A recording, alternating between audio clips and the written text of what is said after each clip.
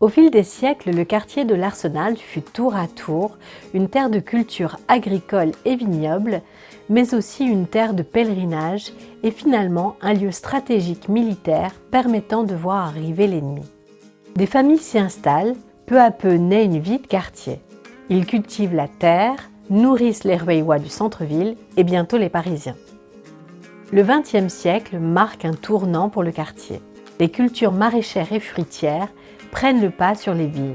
Des serres et quelques élevages de chèvres et de vaches apparaissent. C'est la Première Guerre mondiale, avec la création des docks, rapidement appelés l'Arsenal par les habitants, qui donne un caractère militaire au quartier. Après la mobilisation générale de la Grande Guerre, la Défense nationale achète en 1917 des terrains au 24 rue Gallieni afin d'ouvrir une annexe des ateliers d'artillerie de Puteaux. L'OTAN s'y installera dans les années 1960-1970 pour y développer un système performant de missiles de défense aérienne. Grâce au tramway, les ouvriers viennent y travailler, des trains acheminent également des marchandises.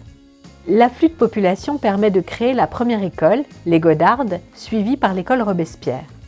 En 1933, l'église Notre-Dame de la Compassion sort de terre, resserrant ainsi les liens de la communauté. La population de l'Arsenal grandissante favorise la création d'équipements culturels et sportifs. Le quartier se développe et accueille de nombreuses entreprises industrielles comme Bernard Moteurs, De Grémont et Vetra. L'usine Renault s'installe en 1952. Des maisons avec jardin, mais aussi des immeubles sortent de terre pour permettre aux ouvriers de se loger.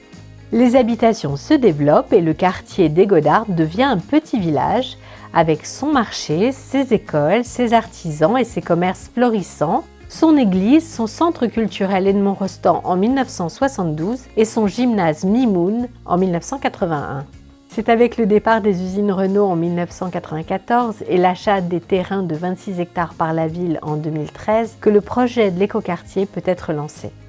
C'est alors que naît l'idée de construire un écoquartier avec 2500 logements supplémentaires logeant près de 6000 habitants qui s'appellera en toute logique l'Arsenal, une façon d'inscrire Rueil-Malmaison dans le Grand Paris avec en point de mire pour 2030 la ligne 15 et sa gare conçue afin de réduire les déplacements des habitants de l'écoquartier.